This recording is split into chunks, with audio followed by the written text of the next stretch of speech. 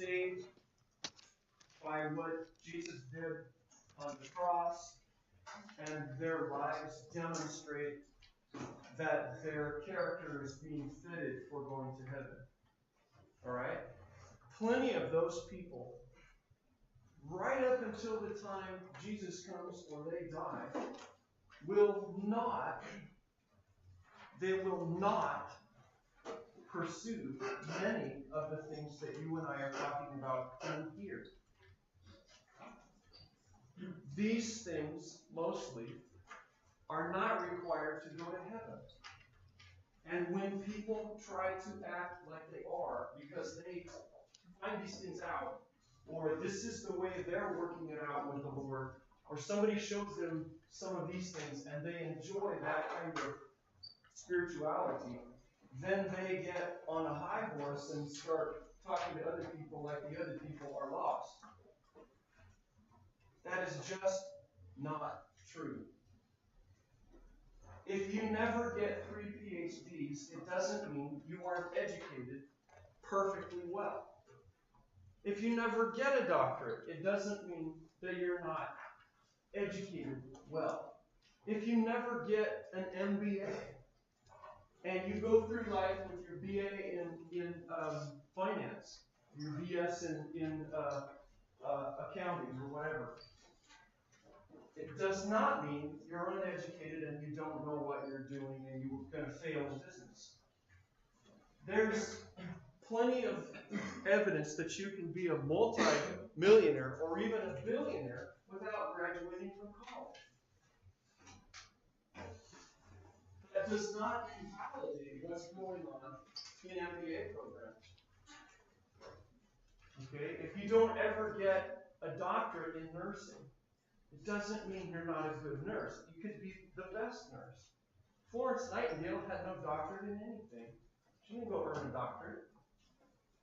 But I think that people would agree that she contributed successfully to the career. This material, this subject that we're talking about, you could draw a circle around everything in religion and call it spirituality. You could have synonyms. You could take all the words that apply to all the categories and just apply them to the whole thing. And what you would have there is an imprecise language so that certain concepts might not actually exist for you as separate ideas. If you have very few words in your vocabulary, or if you come from a language group that has very few words in your vocabulary, your thought is inclined to be less analytical, to have less categories. You don't have a name for them. When you don't have a word for something, it doesn't exist for you the same way as if you do have a word for it. So I want to say, when the class is over, and when you're outside of class, you're going to hear people using the term spirituality to apply to a lot of things. They're going to use it as a synonym for religion. They're going to just say spirituality and religion interchangeably. Or they're going to actually use the term spirituality when they actually are talking about something that's more accurately described as theology. Or even philosophy, if they're somebody who believes in God. So, make it clear in here when we're speaking of spirituality, the default definition will be something that goes beyond and is not just identical to saying church or religion or theology or even my relationship with God. Alright? Because there's people who have a kind of spirituality, given how the word's definition has been evolving.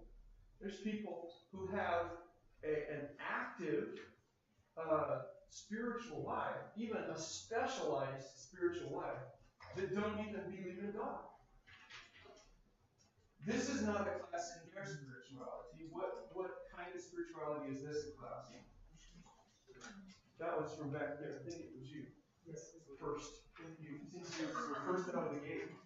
This is a class in a special kind of spirituality. Now, I've made it clear that I was going to stretch that a little bit and further differentiate what has come to be called Christian spirituality from the spirituality that I think I see Jesus modeling and advocating in the gospel. And they have some overlap. Some of the same things that Jesus advocated actually made it into what we today call Christian spirituality. In 50 years, it might be a very different thing to say Christian spirituality because terminology is like the width of your collar and the length of the hem and the skirt. It's a fashionable thing. Language moves. We say stuff, and then in 5 years, it's like, oh, are you still saying that? That's out. You don't say that anymore. Yes? Well, you said spirituality and religion is not the same thing. Not the same thing, correct. What is spirituality? Perfect. That's awesome.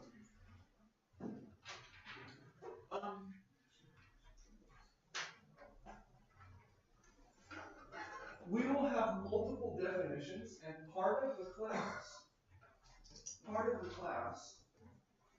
for 10 weeks is in wrestling with how to conceptualize the definition. If we could simply just write it out, and that would be sufficient, we could give you a photocopy of just that entry from Merriam-Webster, and then you could skip the class for the most part. Except we maybe have a lab where we do the thing. But the theoretical part would be gone. So that is the question. What is it? There's a lot of ways to answer what something is and what it isn't. Who here is currently in my world religious class? 1, 2, 3. 3 people. So we've been spending 2 weeks now almost on what's a definition, right? A definition of definition. In order to say, what is religion? Right? That's funny to be doing what is religion in one class and come in and say, we are not here talking about just religion. So confuse the daylights out of you guys because it's the same dude who rewears his shirt in tie combination usually from one class period to the next because hey, it's only 90 minutes that I have it on, you know? Because then it sweats the rest of the day studying. What we are talking about will be defined in a number of ways. We'll be looking at straightforward dictionary definitions. You have some discussion of the definition in your textbook, correct? I mean, it actually says more than one thing, and then it zeroes in on what it thinks is Christian spirituality. We will be looking at some things, and this is one way to define what something is, to help get a definition, saying what something is not. Do you know sometimes that's all we can do? There are some concepts that the best we can do is say what they are.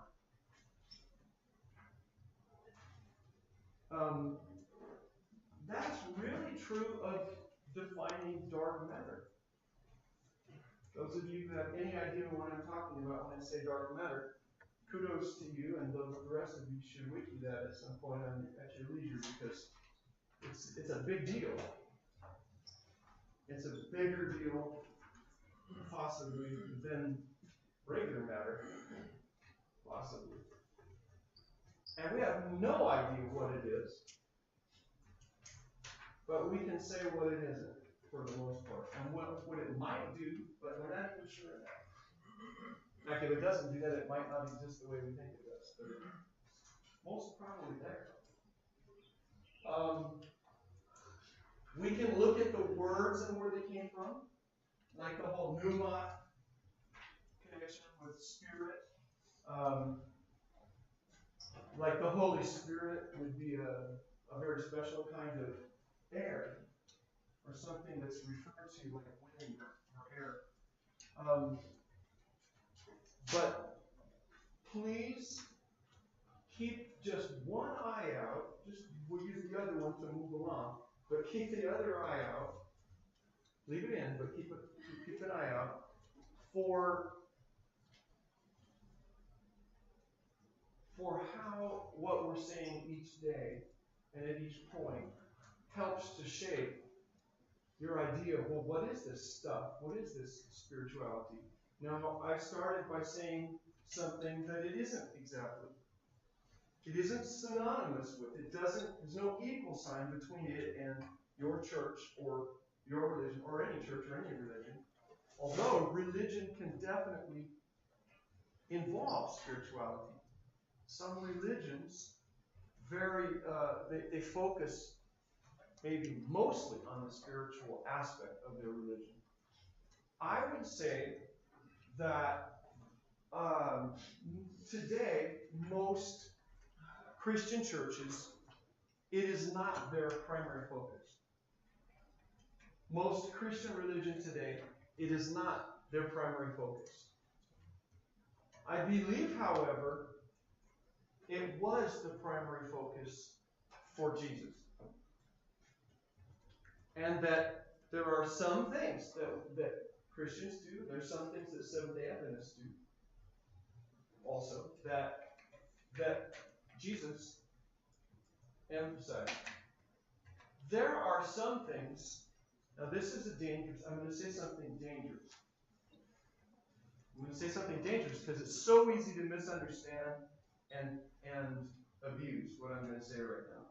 But it's a powerful thing. Everything powerful is dangerous, right? Everything that has power is dangerous. There are some important aspects of Jesus' spirituality and his emphasis on spirituality that are not in modern Christianity, including ours. And there are things more similar to some of those aspects in other spiritualities. And that's part of the reason, I think, that even people from Christian families and Christian churches have been looking outside for some of that stuff. And I'm going to say they don't need to. They could find it within the Christian tradition. But they're going and looking to Buddhism, and they're going and looking to Tao Te Ching, and they're looking at Hinduism and that sort of thing. Yeah. Can you give an example of that? Say, like, what would you mean by seeing this on our church but other church? Can you give an example? Yes. I was going to ask the same exact thing. Yes. I can't. Same thing? You want in on that? You just forgot. So did I. You're the man. I'm going to give a number of examples of exactly that. And just like giving an easy definition of what is spirituality then, and just like, okay, we'll just put it out there, that's a complicated thing. And requires some terminology and some background to know what we're talking about. How many of you have not taken multivariable calculus? Multivariable calculus. How many of you have not never taken multivariable calculus? You've taken multivariable calculus. How many? Who has taken multivariable calculus? One, two, absolutely. They have to. Yeah, okay, so we've got a few people taking multivariable calculus. If you would ask me, okay, so for those of you that have taken multivariable calculus, and beautifully, you're one of the people that said, what are some of those things? If somebody who hasn't taken any calculus, who took like consumer math in high school and said, call it a day, and that's the math as far as math and they will ever go. And they say, please, would you explain to me, just give me the 30-second definition of multivariable calculus. Well, how would you do it? Huh? Yes, and they would then be all set. No, they wouldn't be all set, because they don't know what that means. And in order to tell them what that means, you would have to explain a few things, like, what's an integral? And you might have to back up all the way to explain what does it mean to be a limit. Like something that's asymptotic or vanishingly small, and why that adds up enough of them to, why infinity of those adds up. So now I've lost people already. You learn it in Calc 2 too, because we learned that in Calc 2. Exactly. This is one of those things where if I explain that, just, okay, well, here's the easy, then it answers the question, you move along, and you say, okay, I know that I was told. It's actually a real subtlety. It's a real subtlety. And believe it or not, there is an entire realm of this stuff that is as complicated as the whole discipline of mathematics, as involved that people spend their entire life excluding everything else in their life, like some sort of idiot savant that only does math. People do that with spirituality, and they have a whole rich terminology. And I'm not a professional mathematician, nor am I an expert in that to the degree that people that spend 40 years like saying, I'm not going to have a family, I'm not going to have a job, I'm going to simply do this, I travel to this place and this for a study with this master, I said that. It's a whole big deal, including within some Christian tradition. And Jesus appears to have been absolutely a spiritual absolute. Just an absolute. Going off of what you said, since you kind of stated that there's some things about spirituality that aren't included in our religion, are you saying as Adventists? Yeah. Okay, so That too. Personally, do you think because of that, that can is like holding off like your relationship with God in a way? Like it's kind of, do you know what I'm asking? No, I said I think there are things that are the kind of spirituality Jesus has. Yeah. There are doors you can open within Adventism and find the rich spirituality, as rich as it could ever be. You don't have to go outside, is what I'm saying. You could, if you're from an Adventist background, you go to Adventist church, you could experience the richest spirituality humanity's ever known without leaving Adventism and without being unfaithful to Adventism. That's what I'm saying. I'm saying there's a lot of people that are leaving Adventism and Christianity to go and look outside because they think they have to do that to find legitimate, authentic, no limits spirituality. And they don't have to. Okay. And that's what this class is about. Does that help? Yeah. Okay. So can you define what spirituality is, at least to you, because you mentioned it a lot. You're saying like Jesus' spirituality was different from ours, but you've never defined what you mean by spirituality. So I'm kind of confused with what you're trying to say. Like, what do you mean by that? Because you never really defined it. That's what I want you to say. I don't want to answer questions people are asking because that annoys people. And it's hard to sit in class when people do that. And so what my goal is to raise that people go, what is it? And so that's my objective in saying all these things, is to get people to go, so what is it? What are you talking about? What is the deal? Rather than, I always drawn around again, I better write some of this down, but I don't know why I'm saying it. So I'm hoping that it's becoming, well, then doggone it, what is it? And I'm going to answer it from the Bible rather than just from, I'm going to say, I think that's an example right there. But I'm going to do it in a certain unfolding order, the way that if you ask me, yes, Lord, what? And this is, I'll back off of the calculus thing. How many of you have taken algebra? You see your hands. Okay. So if somebody who had never taken an algebra course asks you to teach them right now how to interpolate by hand, you you have so many things you got to say before you can just answer, well, what is interpolation? You can give sort of a dictionary definition, but they go, okay, now I have words to put with it, but they don't get it. We still couldn't explain it to someone who also didn't get it, because they don't get it. So I want to finish telling about my most embarrassing moment, because it opened a door for me. That's going to be funny in a second, I think, at least to me. And then I want to go into a particular passage in Mark where I think you can see sort of behind a curtain. You can sort of peek somewhere that normally we don't get to look in Mark. And some of the powerful stuff is there in that one little thing. So the start to figuring out what spirituality is asking what it's not. That's one thing, yeah. Sure. So like, it's not mindfulness, philosophy, theology, ideas. And why would we start with what something is not?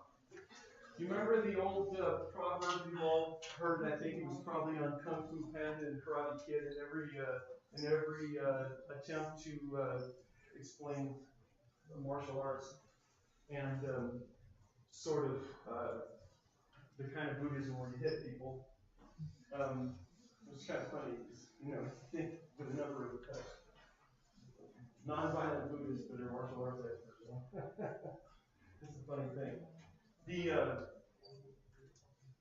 The would-be disciple who combed the earth and the mountains looking for the cave of a great master, and finally found this great spiritual teacher and went into the cave and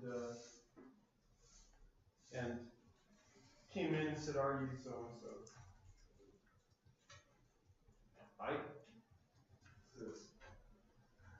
I have looked the whole world over for you. Every year I spend all summer looking for you. And during the year I've been studying this tradition and this tradition and this tradition and this tradition. I've gained this many degrees. I'm an experienced Zen master and this and that, and I wanted to ask you some questions, but let me explain where I'm coming from. He talks for hours, just hours, and the old master just looks at him, doesn't say anything, isn't asked to say anything, and then the old master interrupts and says, "Tea? Huh? Do you want tea?" "Oh yeah." And then he keeps going, verbal dysentery. And the old master makes tea, comes over, gives him a cup, he takes it, gets the tea, and he starts pouring. He's still blah, blah, blah. Tell me, old man, how much you know. And pretty soon the tea is running down onto the man's hands and down onto the bare floor. And still he's pouring. And this verbose student, "What are you doing?" He puts the tea down, he's running to the bucket to put his hand in because it's burning from the tea, and the old man is still standing there with it, running into where the cup landed, you know. And he says, Are you senile? Am I too late?" He says, What's the problem with what I was doing? It's already full. So, you can't put any more in. Yes. So if we have a definition that's in the way, if we have an idea already, sometimes the first step is to empty the cup so we can have some room to put something else. Needs to get put away. So that's part of the rationale for kind of saying what something isn't sometimes first. At each level in your education and also in your spiritual climb, it almost always, after you're not a baby anymore, and after you've been getting by and taking part in conversations, watching movies and reading books and feeling like everything's all set, then getting new stuff always means letting go of some other stuff, like a trade-in, like you might like that iteration of the iPhone, but now it won't hold an OS, it'll go online anymore. Eventually you're gonna say, but you can't get 7G. So you gotta let go of the old one no matter how much you like it. Now, remember I said we're not talking about just religion here. I'm not saying make sure you open your hand and let go of your religion. That's exactly what I'm not saying. That's what people almost always are doing from within Adventism, old and young, and Christianity, the broader Christian community, when they say, I really feel a need for some spirituality, and I'm not feeling it at my cathedral. I'm not feeling it at my little church. I'm not feeling it. I talk to the pastor's like, just pray one night, just witness. I'm saying to each of you, please don't leave looking for something you don't have to leave to find. And there's a special reason for that. So you're trying to say spirituality is just a feeling? No, absolutely not. Absolutely not. I'm going to go to you because I haven't heard from you much. So, do you think spirituality can be felt the same by everyone, or can each person have their own thing for spirituality?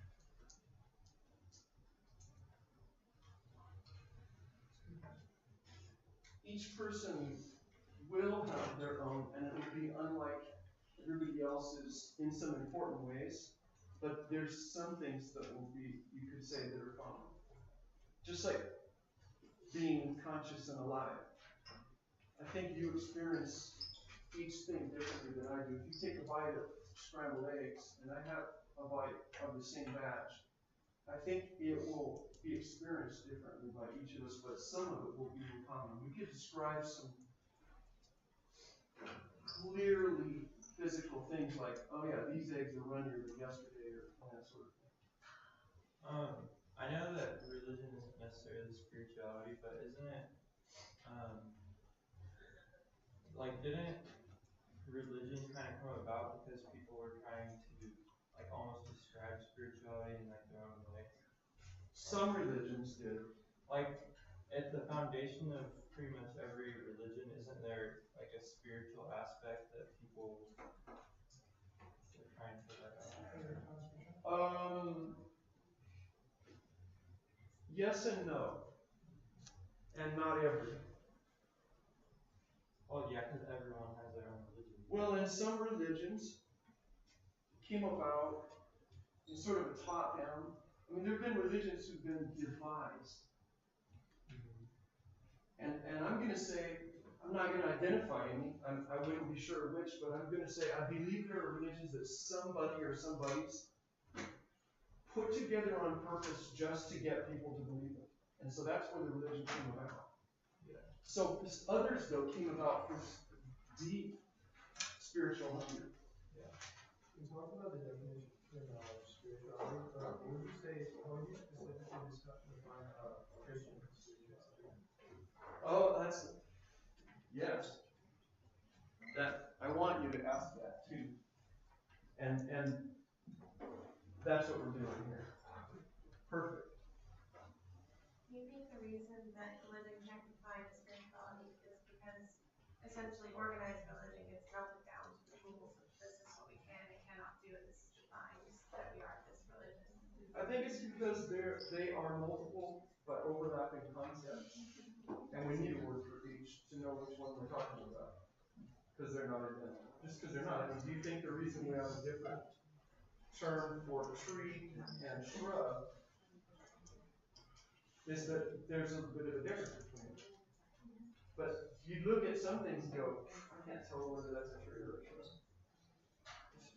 So back to the Jesus spirituality versus Christian spirituality. Do you think it is necessary for a Christian to follow Jesus' specific spirituality, like aspects of Jesus' spirituality that is in Christianity to grow spiritually, or do you think it's one of those it's up to the person that? One of the books that's on your reading list, that by the way, that reading list, make sure you're up on it because this quiz pregnancy is almost to 9 months. And anything in those books is fair game. See what I'm saying there? In one of those books that's on your list,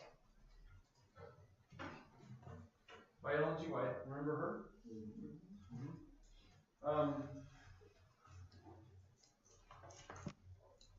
There's quite a bit of discussion about the process of salvation.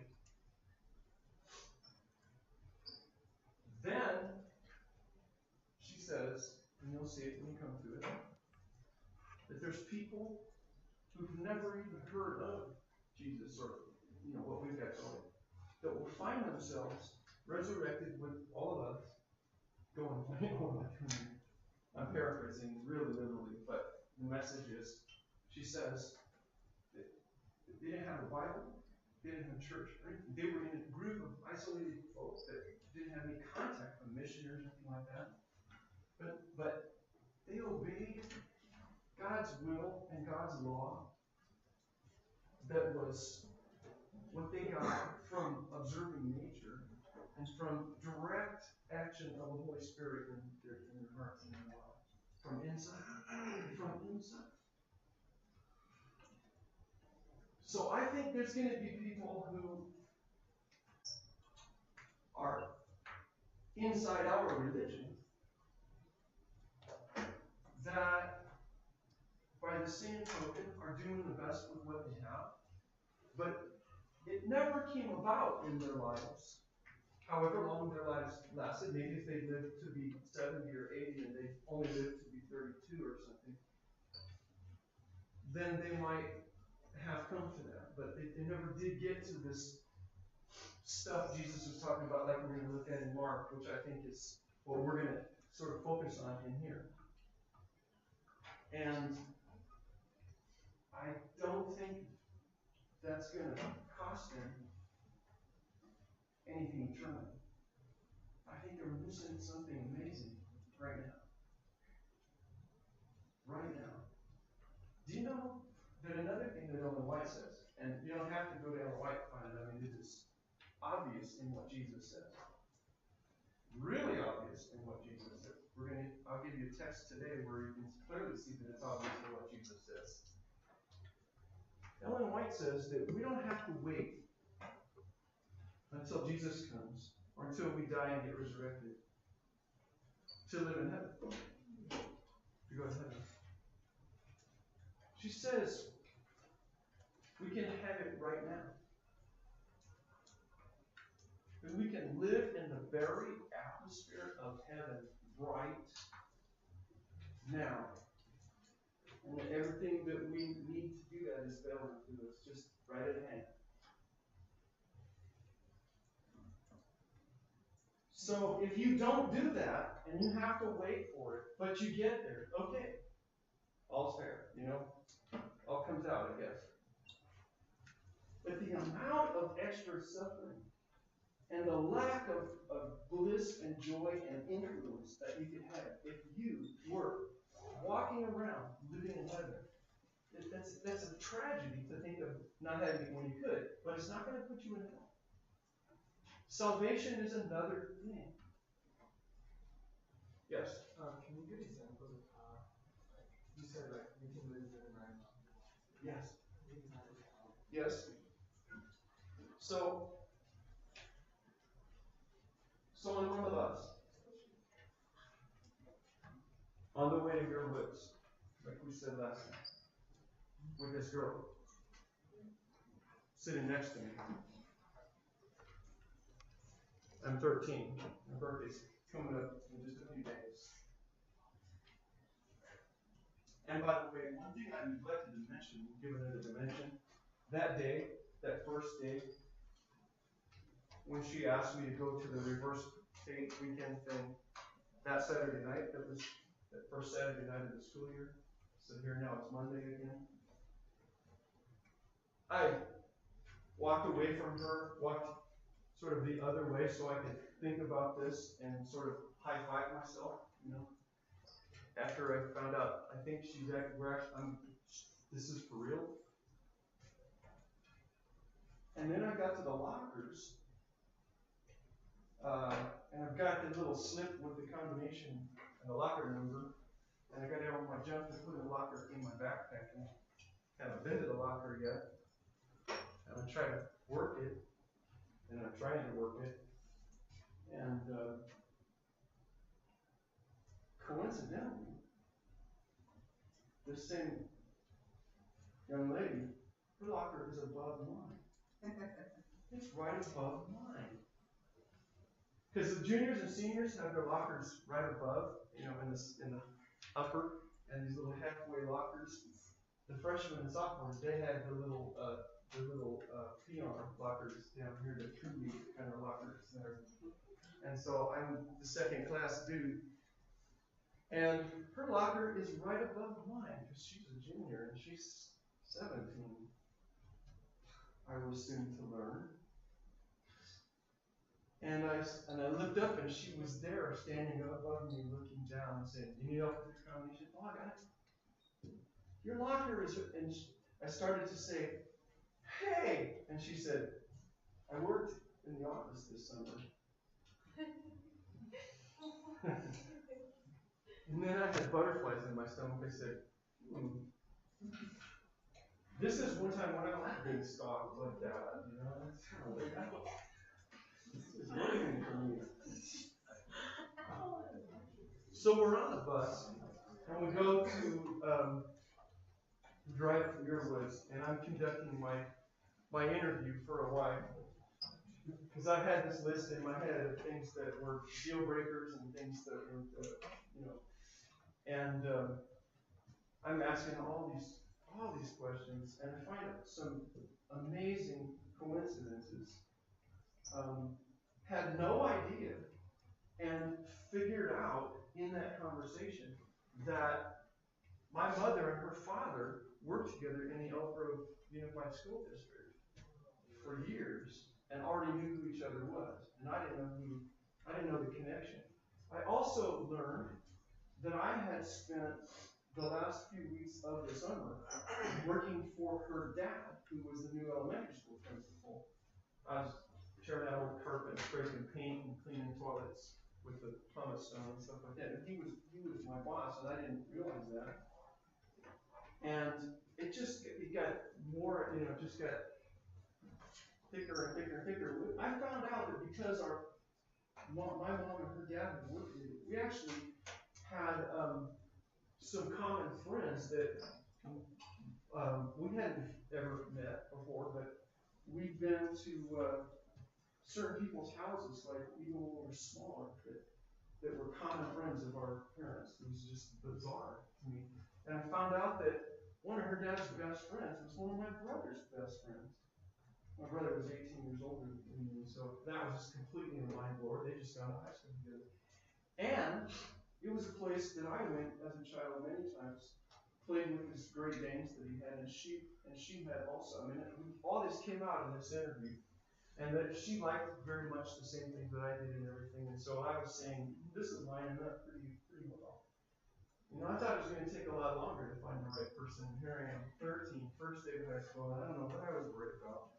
So we go to Mirwoods. We had the first part of the day as this field education thing, and I do this little mini seminar thing in marine biology, which was cool, which she signed up for, by the way. So she's there seeing me do this marine biology talk, and I was pretty thrilled about that.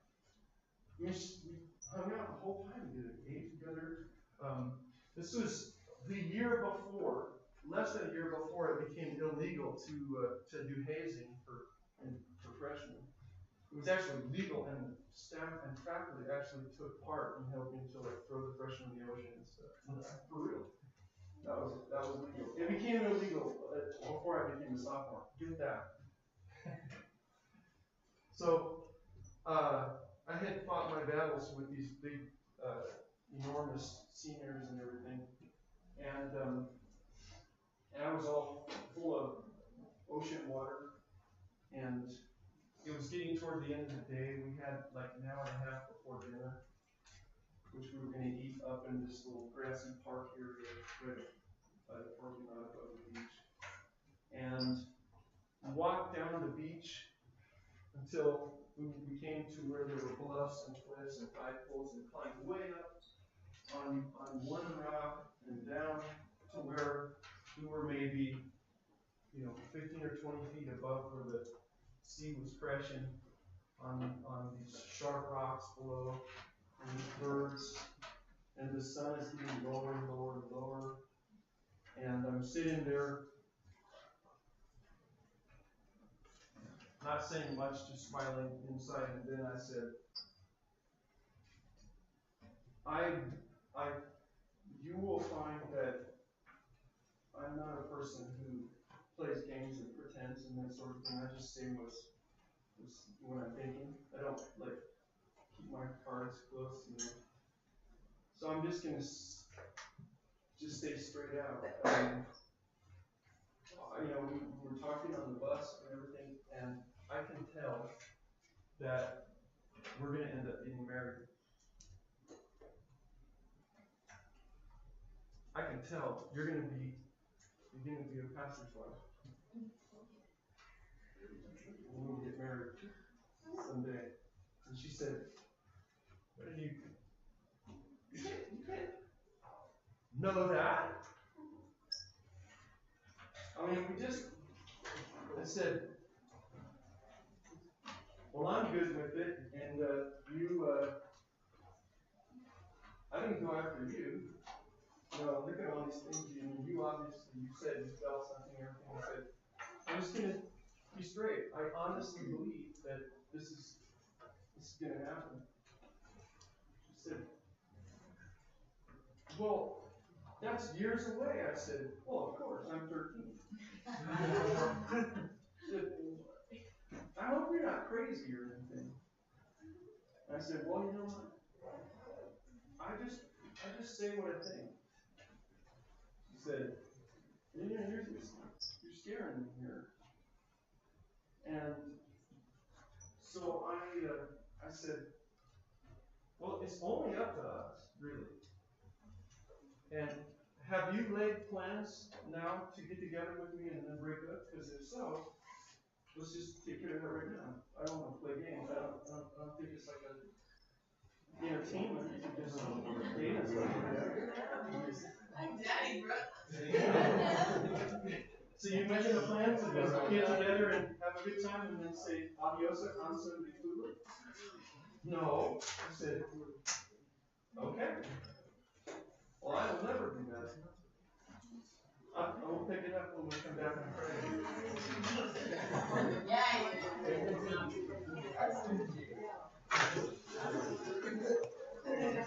Thank you very much. Did everybody get a chance on this? Did this miss anybody?